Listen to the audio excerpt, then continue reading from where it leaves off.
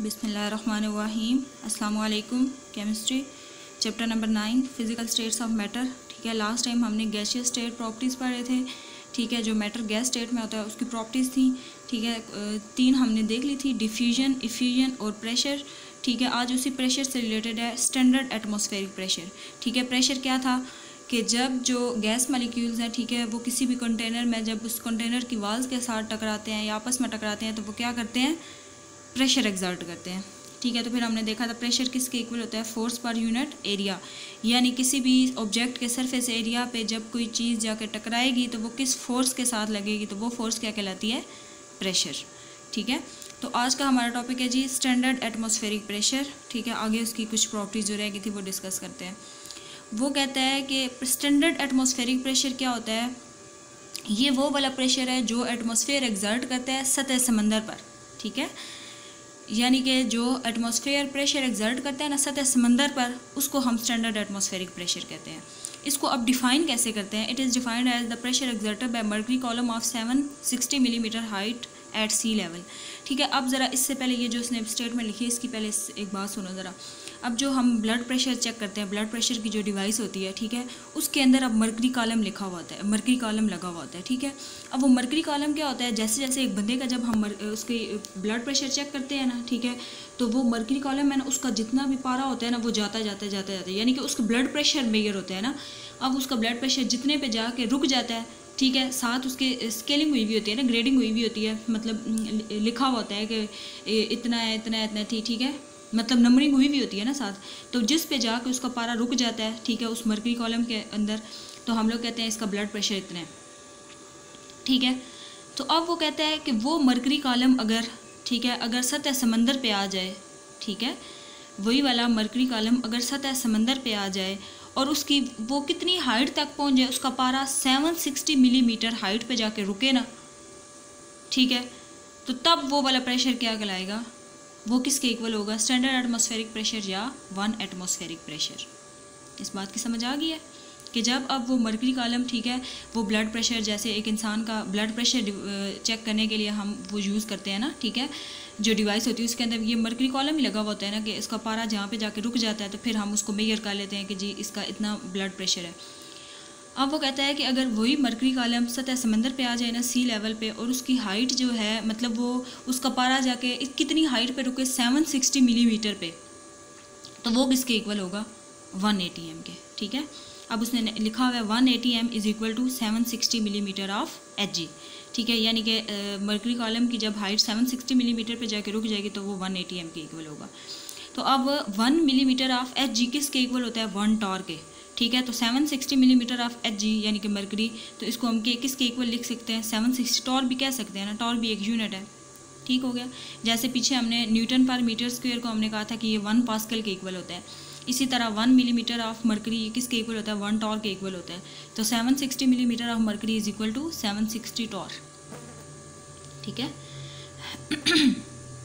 Next है जी compressibility.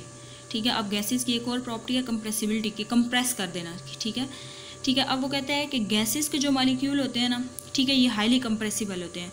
क्यों, क्योंकि उनके दरमियान एम्प्टी स्पेसेस होती हैं। ठीक है, अब ऐसे एम्प्टी स्पेसेस होती हैं, अब किसी भी कंटेनर के अंदर जो गैस मॉलिक्यूल्स हैं, ठीक है, मैंने बताया था कि ये हर वक्त हरकत कर रहे होते हैं। ठीक है, और इनके दरमियान, इन मॉलिक्यूल्स के दरमियान जो स्पेस होती है ना, ये बहुत ज़्यादा होती है। ठीक है, फ़र्ज़ करो एक मॉलिक्यूल इधर है तो दूसरा उसके जो है 5 इंच के फासले पे होगा, मतलब इस तरह मतलब बहुत ज़्यादा गैप होता है। ठीक है, बहुत खुला खुला गैप होता है। गैस की जो मॉलिक्यूल्स होते हैं ना एक कंटेनर के अंदर बंद, इनका जो आपस में डिस्टेंस होता है ना ये बहुत ज़्यादा होता है। ठीक है, तो अब क्या करता है कि जब क्या करेंगे, हम उनको गैसेस के मॉलिक्यूल को कंप्रेस करेंगे। ठीक है, जब उन पर प्रेशर डालेंगे, मतलब उनको कंप्रेस करेंगे ना, ठीक है, तो ये मॉलिक्यूल जो दूर दूर होंगे ये एक दूसरे के बिल्कुल करीब आ जाएंगे कंप्रेस करने से।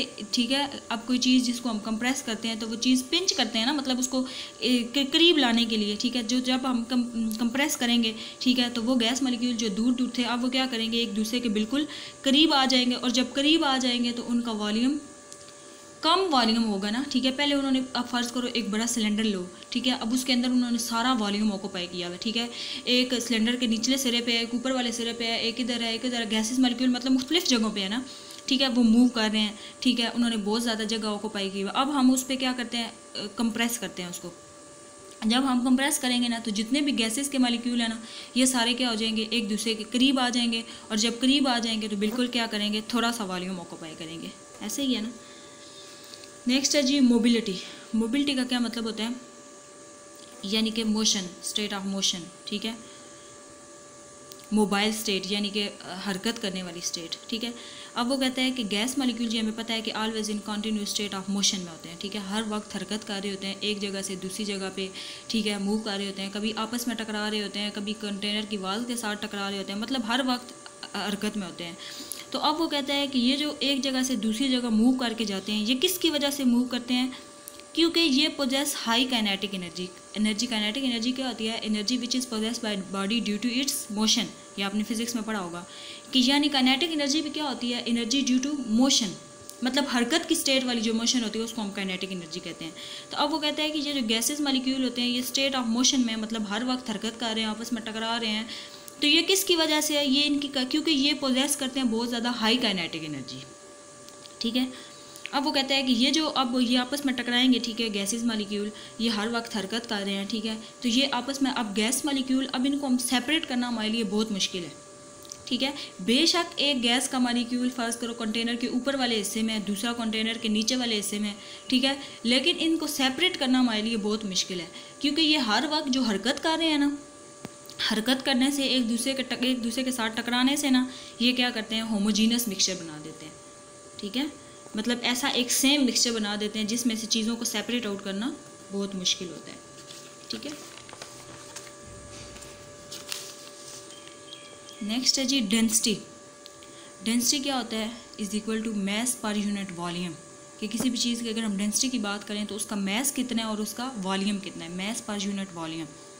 अब वो कहता है जितनी भी गैसेस होती हैं ना, इनकी डेंसिटी कम होती है, जबकि लिक्विड और सॉलिड की डेंसिटी ज़्यादा होती है।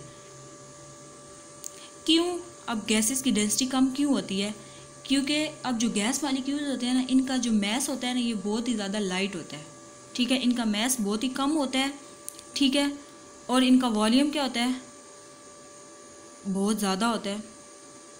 ऐसे ही है ना, डेंसिटी क्या होता है, density is equal to mass per unit volume, ठीक है। अब ये देखो, ये मैं लिखा, density is equal to mass per unit volume. अब डेंसिटी और मैस का क्या है, डायरेक्ट रिलेशन है, और डेंसिटी और वॉल्यूम का क्या है, इन्वर्स रिलेशन है, यानी कि डेंसिटी ज़्यादा तो मैस ज़्यादा, ठीक है, डेंसिटी कम तो वॉल्यूम क्या हो जाएगा, ज़्यादा, और वॉल्यूम कम तो डेंसिटी क्या होगी, ज़्यादा, मतलब इनका इन्वर्स रिलेशन है ना, एक चीज़ के बढ़ने से दूसरी चीज़ क्या होगी, कम होगी। तो अब वो कहता है कि जो गैसेस होती हैं इनकी डेंसिटी हमेशा कम होती है। क्यों कम होती है, क्योंकि इनका जो वॉल्यूम होता है ना, जो गैस मॉलिक्यूल ने ऑक्यूपाई किया हुआ, ये बहुत ज़्यादा होता है।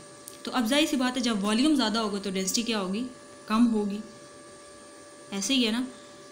तो जब डेंसिटी भी कम होगी तो मैस क्या होगा, ऑटोमेटिकली लाइट मैस कम होगा ना, उनका मैस भी तो कम होगा, क्योंकि डेंसिटी और मैस का क्या है, इन डायरेक्ट रिलेशन है। डेंसिटी अगर वॉल्यूम ज़्यादा है तो डेंसिटी कम होगी, और जब डेंसिटी कम होगी तो मैस भी तो क्या होगा, कम होगा, ऐसे ही है ना।